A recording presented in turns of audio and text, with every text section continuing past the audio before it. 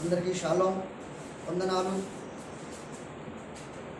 ఈరోజు పరమతండ్రి ఏర్పాటు చేసినటువంటి ఆయన యొక్క నిర్ణయం ప్రకారం ఈ సబ్బా దినమున వచ్చిన మీ అందరికీ, వీడియో ద్వారా వింటున్న మీ అందరికీ ప్రత్యేకమైనటువంటి షాలోం.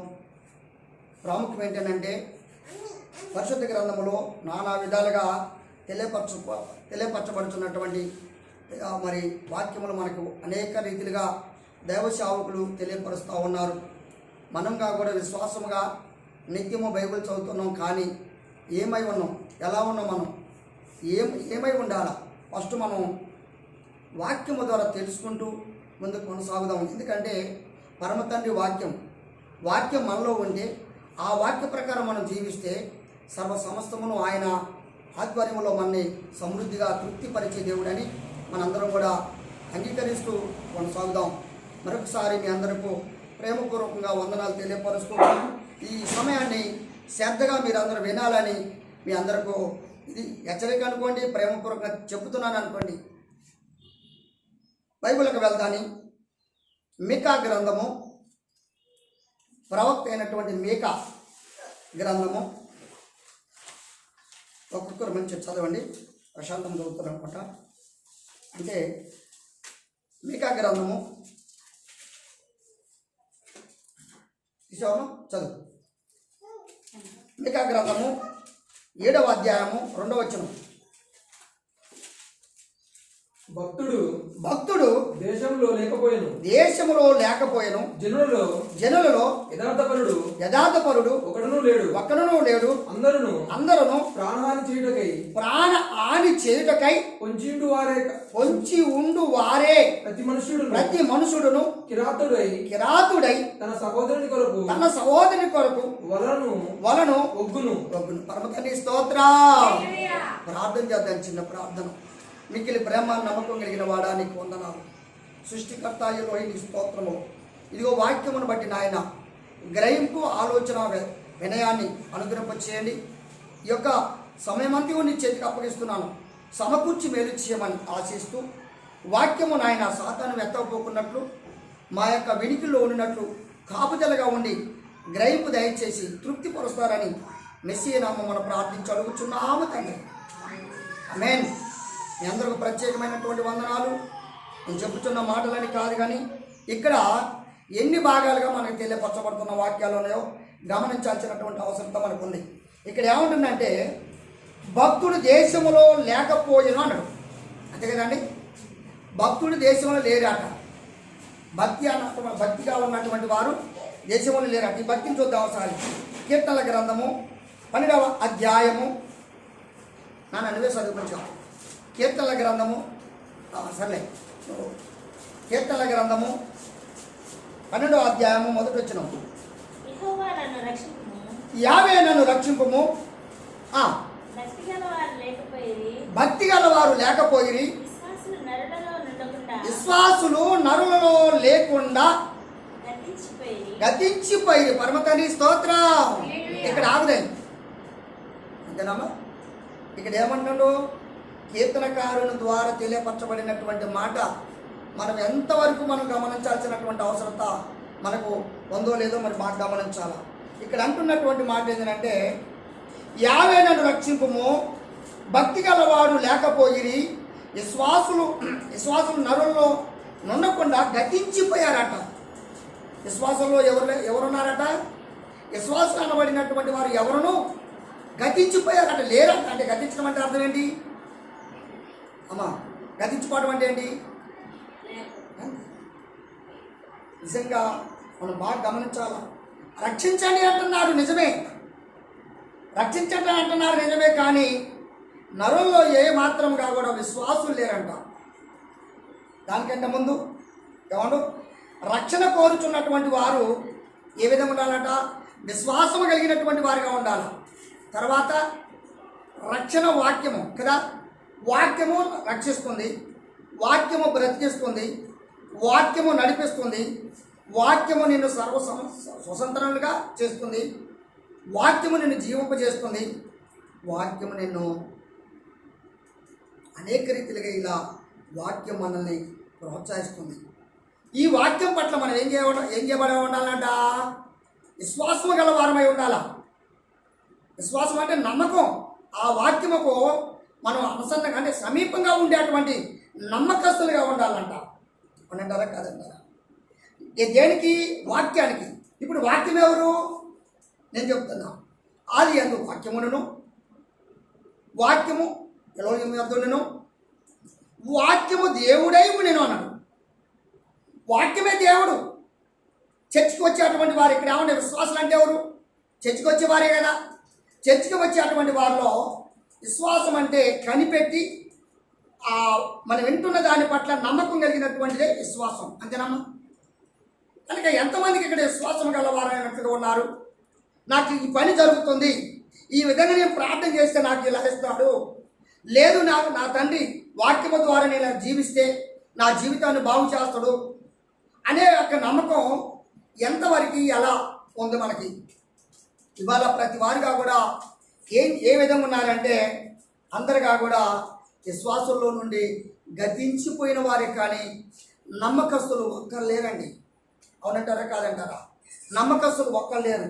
ఇక పోతే రెండవది ఏమంటే యథార్థ పరులు లేరంట. యథార్థత అంటే ఉన్నది ఉన్నట్టు చెప్పడానికి, అంతే కదమ్మా? యథార్థత. ఇతను ఆడి తప్పుడే, అబద్ధం ఆడయ్యా, ఇతను యథార్థ పరుడయ్యా, ఉన్నది ఉన్నట్టే చెప్తాడు, జరిగేది జరిగినట్లే. పొద్దున ఈ సిస్టర్ గారు ఒక మాట చెప్పారు. ఏమంటున్నారంటే ఒక సేవకులకు ఎక్కడో చిన్న పరిచయం అయ్యి ఆ చిన్న పరిచయం ద్వారా అనేక సేవకుల మధ్య వాడబెట్టుకునే మార్గం అయితే. ఎందుకంటే తనకు చిన్న బాధ్యత అప్పగించాడట ఒక సేవకుడు. చిన్న బాధ్యత అప్పగిస్తే ఆ బాధ్యతను ఏం చేశారట? ఆ బాధ్యతను ఎవరైతే అప్పగించారో బాధ్యతని ఏం చేశారమ్మా? క్రమంగా కొనసాగించారు. క్రమంగా వారికి లెక్క ఏ విధంగా అప్పగించాలో ఆ విధంగా వారికి అప్పగించారు. అప్పుడు ఏమన్నాడు ఆయన? అబ్బా మేడం గారు మీరు మంచి వర్కర్ అండి, నమ్మకమైన వారు, భలే నమ్మకమైన వారులారా అన్నాడు. బైబిల్లో కూడా నమ్మకమైన దాసులంట, నమ్మకమైన బిడ్డలంట, నమ్మకమైన విశ్వాసులంట, నమ్మకమైనటువంటి యొక్క సంఘం అంట. ఎవరి పట్ల? యథార్థత అంటే దేవుని యొక్క వాక్కు పట్ల యథార్థత కలిగినటువంటి వారమై ఉంటున్నట్టుగా మనము నేర్చుకోవాలండి. ఒక మనిషి ఒక మాట తెలియపరిస్తే ఆ మాటకి ఎంత ఇలువిస్తున్నారు, ఆ మాట ప్రకారం ఎంత కొనసాగాలని ఆశపడుతున్నాము, ఆ మాట ఎంతవరకు మనం నెరవేర్చుకుంటున్నాం అనేటువంటి విషయాన్ని మనం గ్రహించకపోతే ఆ మాటకు విలువ లేదు. అందుకే అంటున్నాను ఏమంటే అక్కడ యథార్థ పరుడు ఒకడునూ లేడు, అందరూ ప్రాణహాని చేయుటకై పొంచి ఉన్నాడు. ఇదేనండి ఎప్పుడు కూడా ఏం చేస్తారట? ప్రాణాన్ని అంటే ఏంటి? అంటే హింసించేవారు, లేక హత్య చేసేవారు, ఇంకా గాయపరిచేవారు, ఇంకా బాధపరిచేవారు, ఇంకా నలగొట్టేవారు. ఎవరు వారు వీరు? ఎవరు వారు వీరు? నీతో ఉన్నవారు, సంఘంలో ఉన్నటువంటి వారు, విశ్వాసులే, నమ్మకమైనటువంటి వారు, దేవుని యొక్క వాక్కు పట్ల అపనమ్మకం కలిగినటువంటి వారుగా ఇక్కడ రుజుపరచబడుతున్నటువంటి వారుగా కనపడుతున్నారు. అందుకే ఇక్కడ అంటున్నటువంటి మాట ఏమంటే అక్కడ ప్రతి మనుషుడును కిరాతకుడై ఏమైనాడట? కిరాతకుడు అంటే ప్రేమ లేనివాడు, అవునా? జాలి లేనివాడు, దయ లేనివాడు, ఇంకా ఇలా చెప్పుకుంటూ పోతే అనేక రీతిలుగా మనకు కనపడుతున్నాయి. కఠినమైనటువంటి మనసు గల వారై ప్రేమ చూపినటువంటి వారిని ఏమంటారు మనం? ఏమంటారు వారిని ఏమంటారు? వాక్యం చెప్తుంది కదా, కిరాతకుడయ్య. అబ్బో, అతను ఏమాత్రం ప్రేమ లేదండి. కిరాతకమైన మనసు, కిరాతకమైన క్రియ, కిరాతకమైనటువంటి మరి నడిపింపు. అబ్బో, ఆయన సహవాసం శత్రువుతో సమానం అంటారా లేదా? కనుక మనం సహవాసం చేసేది ఎవరితో సహవాసం చేస్తున్నాం, ఏమని సహవాసం చేస్తున్నాం. కనుక మనం సహవాసము ఎవరికి ఎలా ఉండాలంటే యథార్థపరులుగా ఉండాలి. తర్వాత విశ్వాసానికి నమ్మకస్తులుగా ఉండాలి. విశ్వాసానికి నమ్మకస్తులుగా ఉండాలి. విశ్వాసమును కొనసాగించి రుజువు చేసేటువంటి వారుగా ఉండాలి. ఈనాడు చూడండి ఒకసారి, అదే కీర్తనల గ్రంథం 3వ అధ్యాయము 7వ వచనం. బాబు ఇది లేదు కాదు, ఎంత ఎందుకు అర్థం అట్లా. కనుక 3వ అధ్యాయం 7వ వచనం. యావే లెమ్ము నా దేవా నన్ను రక్షించుము, నా శత్రువులందరినీ దవడ ఎముకల మీద కొట్టువాడవు నీవే. పరమ తండ్రి స్తోత్రం. ఇలా హాని చేసే వారికి ఎవరు శిక్షించేవారట. ఇక్కడ ఏమంటున్నాడు, ఇక్కడ యావే లెమ్ము, యెహోవా లెమ్ము. ఎందుకట? నా దేవా నన్ను రక్షింపుము. ఎందుకు రక్షించమంటాడు? అమ్మా అందరు ఎక్కడాను, ఎందుకు రక్షించమంటాడు? నా శత్రువులందరూ అందరినీ దవడ ఏముంది అక్కడ, దవడ ఎముక చదువమ్మా. అబ్బా చాలమ్మా. ఇప్పుడు తప్పు చేశారనుకోండి, ఎవరన్నా ఎదటగా వచ్చినటువంటి వారిని ఏం చేస్తారమ్మా, ఈడ్చి లప్ప మిరికలు ఒక్కడ జరుపుతారు. అవునా కదా? ఎందుకు లప్ప మిరికలు లేకుండా ఒకటి జరవాలా? తప్పు చేయబట్టే కదా. కానీ మనుషులు కొట్టడాట. ఎవరు కొడతారట అమ్మా? ఎవరు కొడతారట? ఎక్కువ కొడతాడు. ఎక్కువ ఎందుకు? ఆయన సృష్టికర్త కనుక, సర్వ సమస్తమును పరిపాలించేవాడు కనుక, అయితే న్యాయం అన్యాయం ఆలోచించేవాడు కనుక అన్యాయాన్ని బెదిరించి అన్యాయంలో నుండి యథార్థ పరులను రక్షించుటకును వాడి దవడ ఎముకలో ఎరగొట్టు ప్రభువా. అమ్మా ఈనాడు అందరూ ఏమంటారో తెలుసా? ఈర్చగా ప్రార్థన చేసేవారు ఉన్నారు, కక్షతో ప్రార్థన చేసేవారు ఉన్నారు, అసూయతో ప్రార్థన చేసేవారు ఉన్నారు. ప్రేమ అంటే ఏంటి? దేవుని పట్ల ఉండవలసిన నమ్మకం ఏంటి? ఎలా ఉండాలా? ఏమై ఉండాలా అని మనం కోరినట్లయితే కొన్ని విషయాలు మనకు తెలియపరుచున్న మాటలో కొన్ని కనపడతా ఉన్నాయి. చూద్దాం ఒకసారి. అదే కీర్తనల గ్రంథం 14వ అధ్యాయం 1వ వచనం కూడా చూడండి తొందరగా. అదే స్పీడ్గా ఉండండి. కీర్తనల గ్రంథం. దేవుడు లేడని బుద్ధిహీనులు తమ హృదయములో అనుకుందురు. చాలా మీకు రావలే. ఇది ఎవరాట అమ్మా? దేవుడు లేడు, ఈ కార్యము జరగదు, ఇలా ఉండదు అంతేనా కదా? ఇప్పుడు పేతురు ఒక చోట ఆయన ప్రయాణం చేస్తున్నప్పుడు అక్కడ ఒక దేవాలయం దగ్గరలోకి వెళ్ళాడు. అక్కడ కంప్లీట్ కుంటివాడు అయినటువంటి వాడు ఒకడు ఉన్నాడు. అక్కడ ఏం చేస్తున్నా? అక్కడ కుంటివాడు భిక్షము ఎత్తుకుంటున్నాడు. నడవలేడు కదా, చేయడానికి శక్తి లేదు కదా, పని చేసి అటువంటి ఓపిక లేదు కదా. అటువంటి వాడు ఎక్కడ? దేవాలయం దగ్గర కూర్చొని ఎత్తుకుంటాడు, భిక్షం ఎత్తుకుంటాడు. ఎందుకు? దేవాలయం దగ్గరికి అనేకమైన ప్రజలు వస్తారు కనుక, తర్వాత అనేకమైన ప్రజలు జాలి గలవారు వస్తారని, కనికరం గలవారు వస్తారని, దానం చేసేవారు ఉంటారని ఆశతో ఒక మందిరం దగ్గర కూర్చున్నాడట.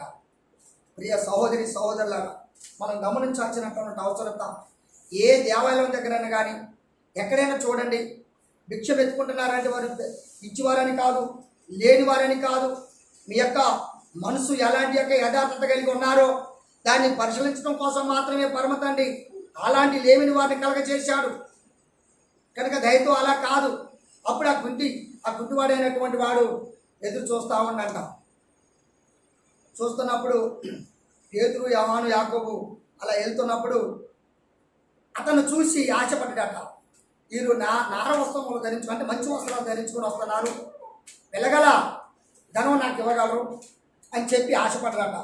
ఆశపడి ఆ భిక్షగాడు భిక్షవతిగాడట. అక్కడ పేతురు ఒక మాట అంటాడు. బైబిల్ మీరు ఎన్నోసార్లు చదివారు కనుక ఆ మాట నేను మరల చదివాలని కాదు, మీకు బైబిల్ అంతా తెలుసు. వినేవారికి అంతా తెలుసు. వీడికే తెలుసా సంజయరావుకి? ఈడు వాడు అనకపోతే చాలు. దయతో గమనించాలా. వాక్యాన్ని గ్రహించకపోతే వారంత అవివేకులు మరొకరు లేరు. వాక్యమును కించపరిచేటువంటి వారు, వ్యతిరేకులు, వాక్యమును విననటువంటి వారు ఎవరో తెలుసా? యావే విరోధులు తెలుసా? వాక్యం నీ దగ్గరకు వచ్చిందని అంటే నువ్వు దాన్ని గ్రహించకపోవటం వల్ల నీ అవివేకం మాత్రమే. అందుకే ఆ పాత్ర ఎవరో కాదు, దేవుడు లేడని చెప్పుకునేటువంటి బుద్ధి లేని వారట, బుద్ధిహీనులంట. అందుకొరకు పేతురు అంటాడు అక్కడ, ఆడికి వెళ్ళి ఒక మాట అన్నాడు. ఏమన్నాడు అక్కడ? నా దగ్గర ఎండి బంగారంలో నీకు ఇచ్చుటకు నా దగ్గర ఏమీ లేవు, కానీ నాకు కలిగి ఉన్నటువంటిది నజరేయుడు అన్నటువంటి యేషువ నామమున నువ్వు లేచి నడు అంటాడు. నడు అంటాడు. వెంటనే ఏమైందట? కాళ్ళ చీలమండలం ముదురుకొని నడినెత్తి వరకు శక్తివంతుడయ్యారట. అప్పుడు లేచి తన గంతులు వేస్తూ ఆ భిక్షం అడుక్కునే చెప్పడ పడేసి దేవాలయంకి వెళ్ళి కేకలు వేస్తున్నాడట. కేకలు వేస్తూ పరమతాన్ని జీవోత్సవం చేసుకున్నాడట. ఎవరైనా అసలు మెస్సియా ఎరగనటువంటి వారు, విశ్వాసం ఎరగనటువంటి వారు, ప్రార్థన తెలియనటువంటి వారు, బ్రతుకును కోరుకొని బ్రతుకును ఎత్తుకుంటున్నటువంటి వాడు అతనికి వెలిగిన వెంటనే అతను ఏం చేశాడట? జీవోత్సవం చేశాడట. జీవోత్సవం చేస్తుండట. అరే ఇతను ఎవరు? ఇతను ఎవరు? ఇతను ఎవరు? మన దేవాలయం ముందు మరి అదేవిధంగా ఇట్లా దేవాలయం ముందు నేను బిచ్చి మీద అడుక్కునే అటువంటి వాడే కదా, అతను ఇతనే కదా, మరి ఈయన కాళ్ళు చేతులు ఎలా వచ్చాయి?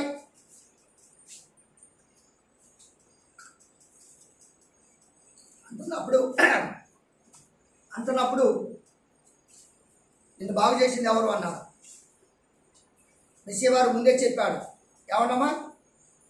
నిన్ను ఎవరు చేశారని ఆయన కనపడకుండా వెళ్ళిపోయాడు, చెప్పకుండా వెళ్ళిపోయాడు. తనకే తెలియదు.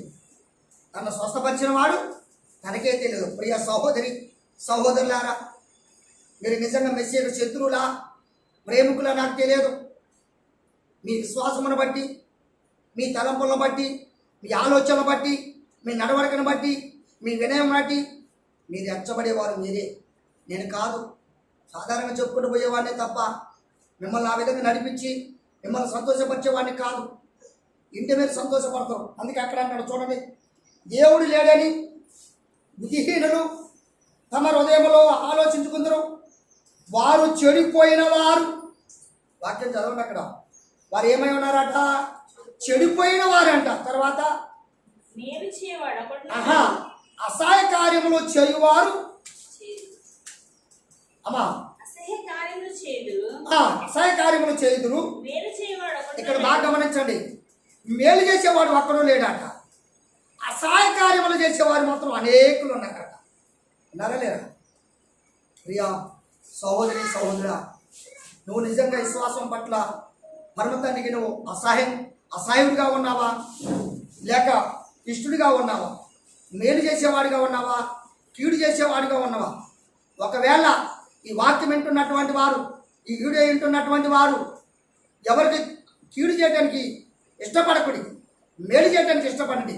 అంతేకాని ఒకవేళ లేకపోతే ఊరుకోండి, చెప్పకుండా చేయకండి. మిమ్మల్ని ఎవరు చేయమని బతిలాలే, కానీ మీరు మాత్రం వారిని హాని చేయవద్దు, దూషించవద్దు, ఏళనపరచవద్దు, ఎగతాళి చేయవద్దు. నేను ఇంతేనా, ఆయన అంతేనా? ఏం మాట్లాడావా మాటలు, ఏం ఆలోచన విధానం ఏంటి, అప్రవర్తన? అమ్మా అదేవిధంగా యెషయా గ్రంథం కూడా ఒకసారి చూడండమ్మా. యెషయా గ్రంథము 57వ అధ్యాయము, 57వ అధ్యాయము చూసారా? 57వ అధ్యాయము మొదటి వచనం ఏమన్నా తీలేదా? నీతిమంతుడు నశించుట చూచి ఎవరును దానిని మనసు పెట్టరు. భక్తులైన వారు తీసుకొని పోబడుచున్నారు. కీడు చూడకుండా నీతిమంతులు కొనిపోబడుతున్నారని. హల్లెలూయా. చాలండి. ఈ వాక్యములు ఎంత అర్థం ఉందో చూసారా ఏమా? ఈ వాక్యములు ఎంత అర్థం ఉందమ్మా? ఎంత శ్రేష్టమైన విలువ ఉందో చూడండి. అయ్యా, ఇది ఎవరటండి మీరు? నీతిమంతులు కదా. నీతిమంతులు అంటే ఎవరు? నీతి అనే అనబడుచున్నటువంటి వారు ఎవరు? నీతి పరులు ఎవరు? మొదటి దినవృత్తాంతముల గ్రంథము. మీరు చెప్పలేరని నేను అనుకుంటున్నాను. అందువరకే వాక్యాలకు వెళ్తాం. చూద్దాం ముందు. ఈ సమయం త్వరగా చెప్తావు. మొదటి దినవృత్తాంతం రెండో దినవృత్తాంతముల గ్రంథము 32వ అధ్యాయం 33వ వచనం. 32 33.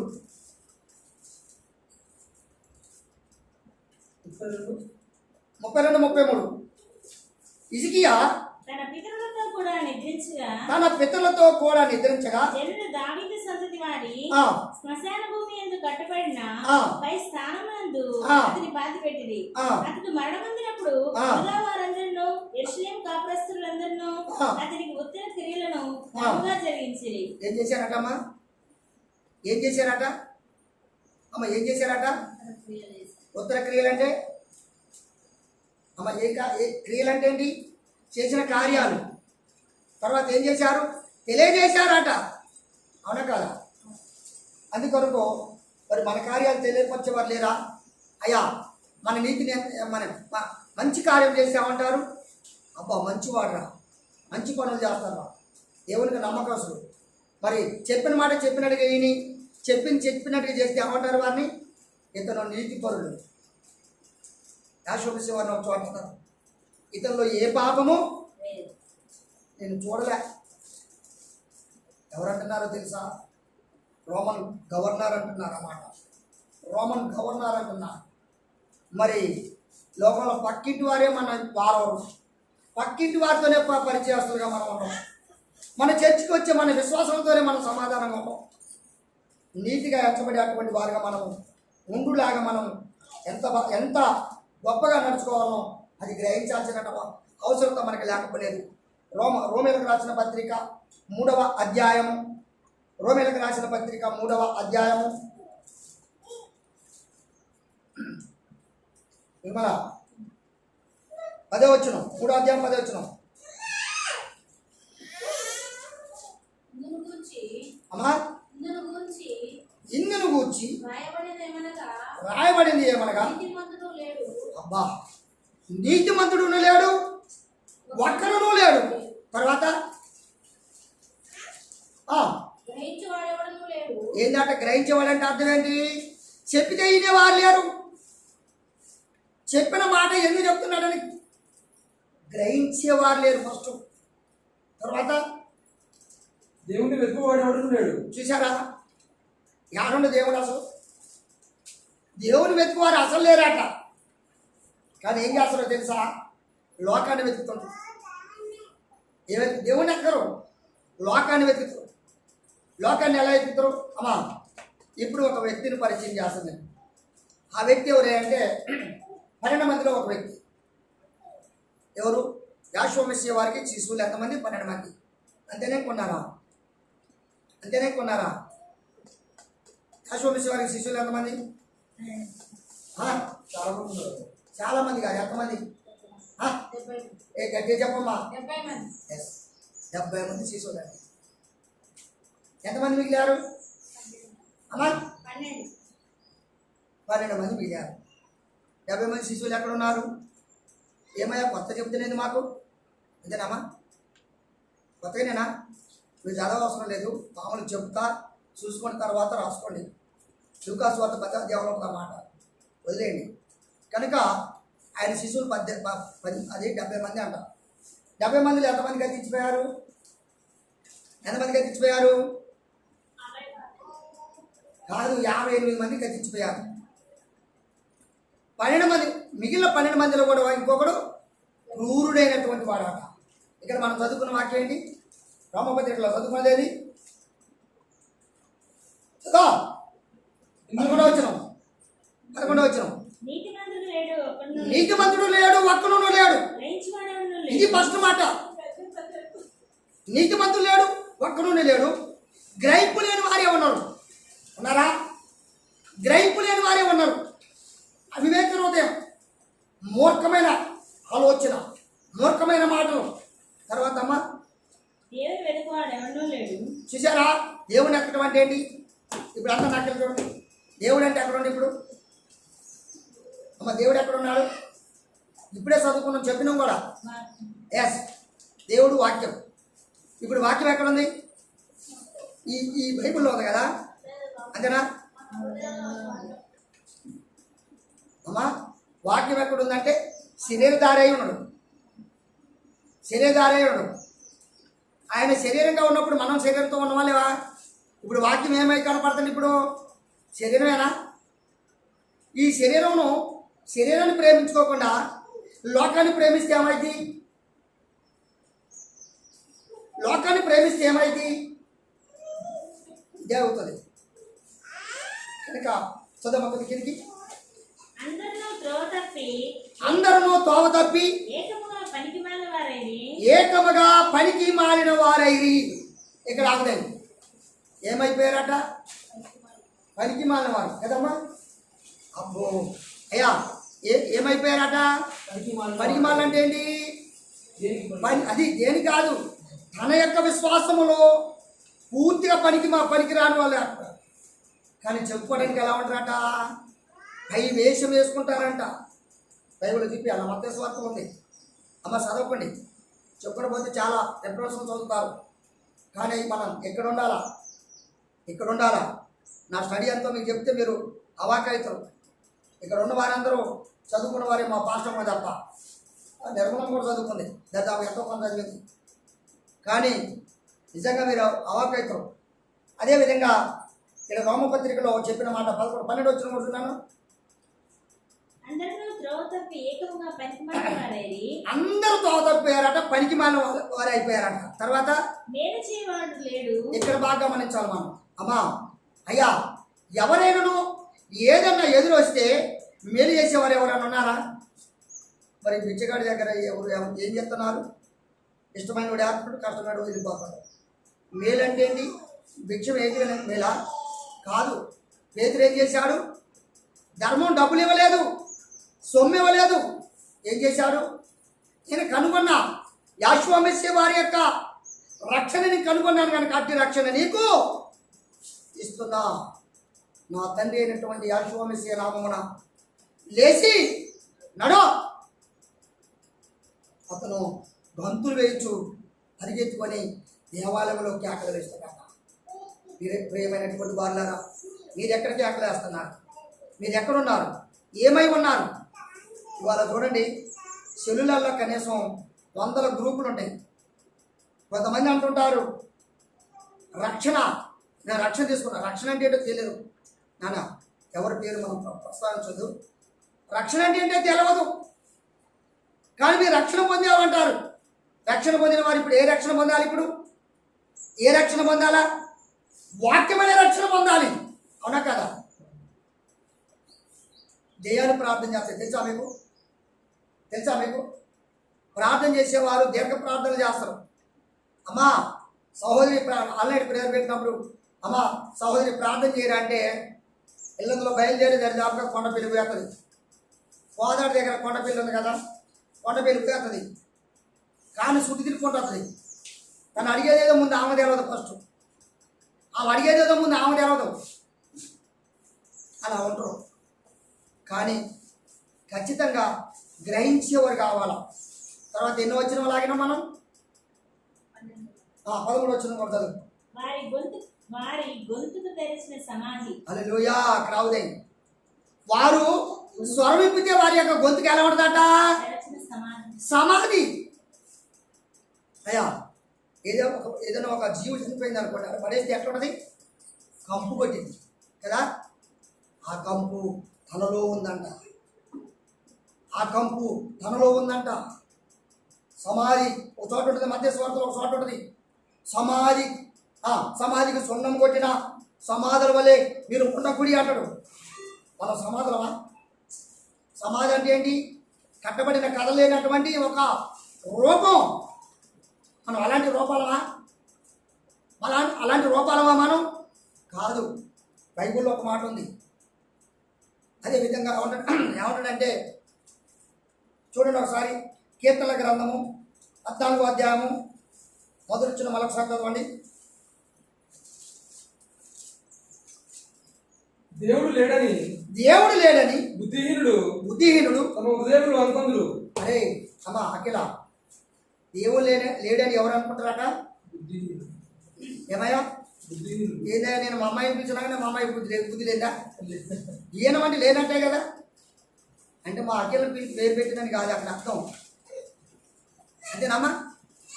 ఏదో అరే పాపం అమాయకం ఉంది కానీ ఆ పేరు చదివి సరిపోతావా? అది కాదండి. కానీ ఇక్కడ కూర్చున్న వారందరికీ ఇదొక హెచ్చరిక,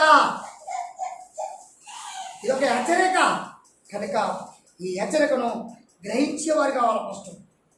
అవునా కాదా? గ్రహించేవారు కావాలి ఫస్ట్. మొట్టమొదటిగా గ్రహించేవారు మనకు కలిగి ఉండాలి. ఆ తర్వాత ఏమన్నాయా? చెడిపోయిన వారు ఇక్కడ ఏమై ఉన్నారటమ్మా? చెడిపోయారట. ఏ విధంగా? విశ్వాస రూపంలో చెడిపోయారు, దాన ధర్మంలో చెడిపోయారు, ప్రార్థన విషయంలో చెడిపోయారు.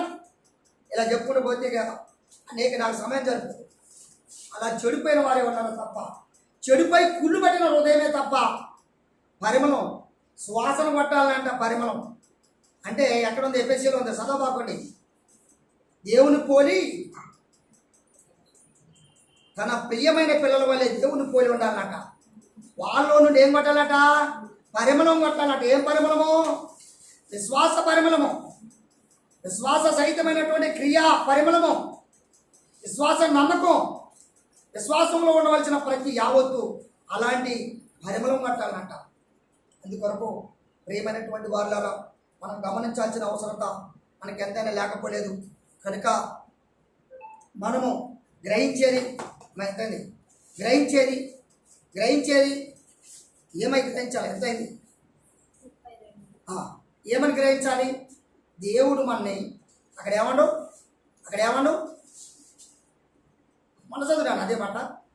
ఏమంటే దేవుడు లేడని బుద్ధిహీనులు ఎక్కడ అనుకుంటారట?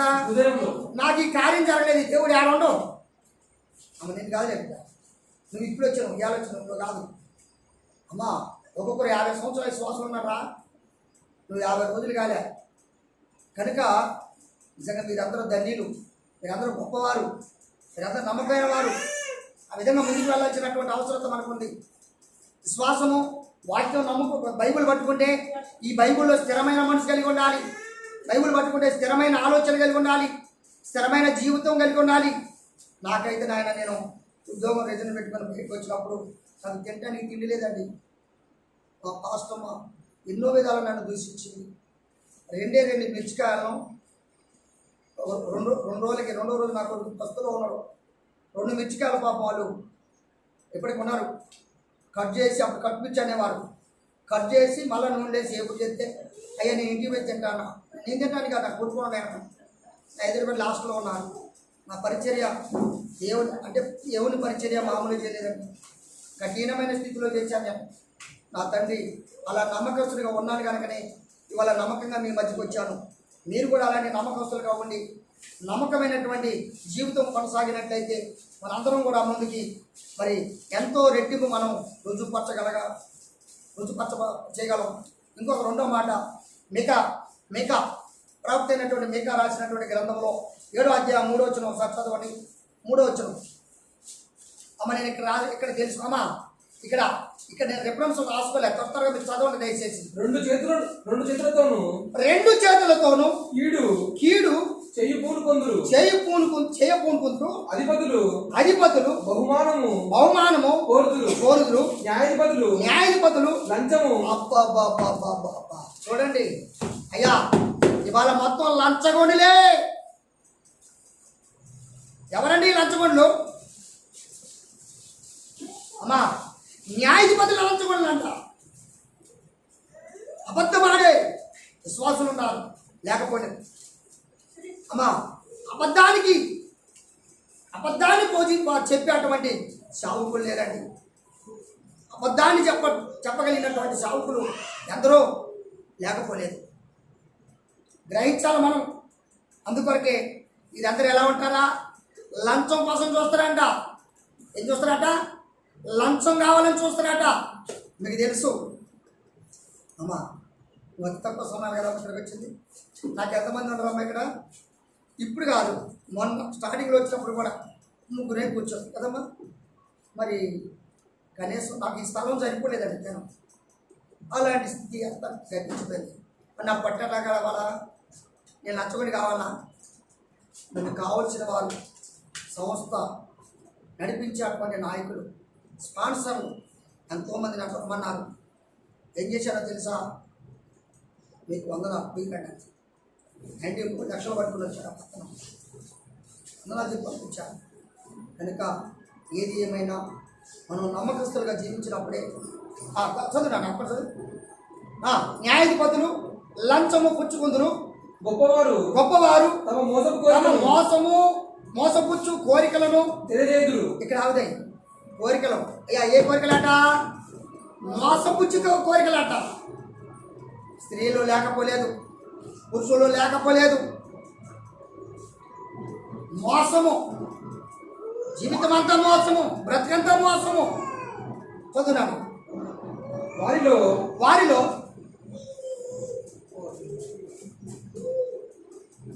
మంచివారు ముళ్ళ చెట్టు వంటి వారు. ఎవరట వారు? మరి ఎక్కడి వారట? వారిలో మంచివారు ముళ్ళ చెట్టు వంటి వారు. ఇక్కడ ఆగుదాయి 4వ వచ్చినామా? ఆగునా? ఇదంతా మంచివారట కదండి. ఈ మంచివారు అందరూ ఎలా ఉన్నారట? ముళ్ళ చెట్లు. అమ్మ ఇటేనండి. ముళ్ళు ఏవైతే గుచ్చుకుంటాయి కదా అమ్మ, ఇటేనండి. అందరూ చూడండి అయ్యా, ఇటేనండి. ముళ్ళు ఏం చేస్తాయి? గుచ్చుకుంటాయి కదా. ఇప్పుడు మనం ఇక్కడ ఇంతమంది ఉన్నాం కదా, ఇందులో మన యొక్క స్వభావం ఎలాంటిదే ఉంటుంది? ముళ్ళ కంపలా ఉంటుంది. అంటే మనం కాదు, కూర్చున్న వారి మధ్య.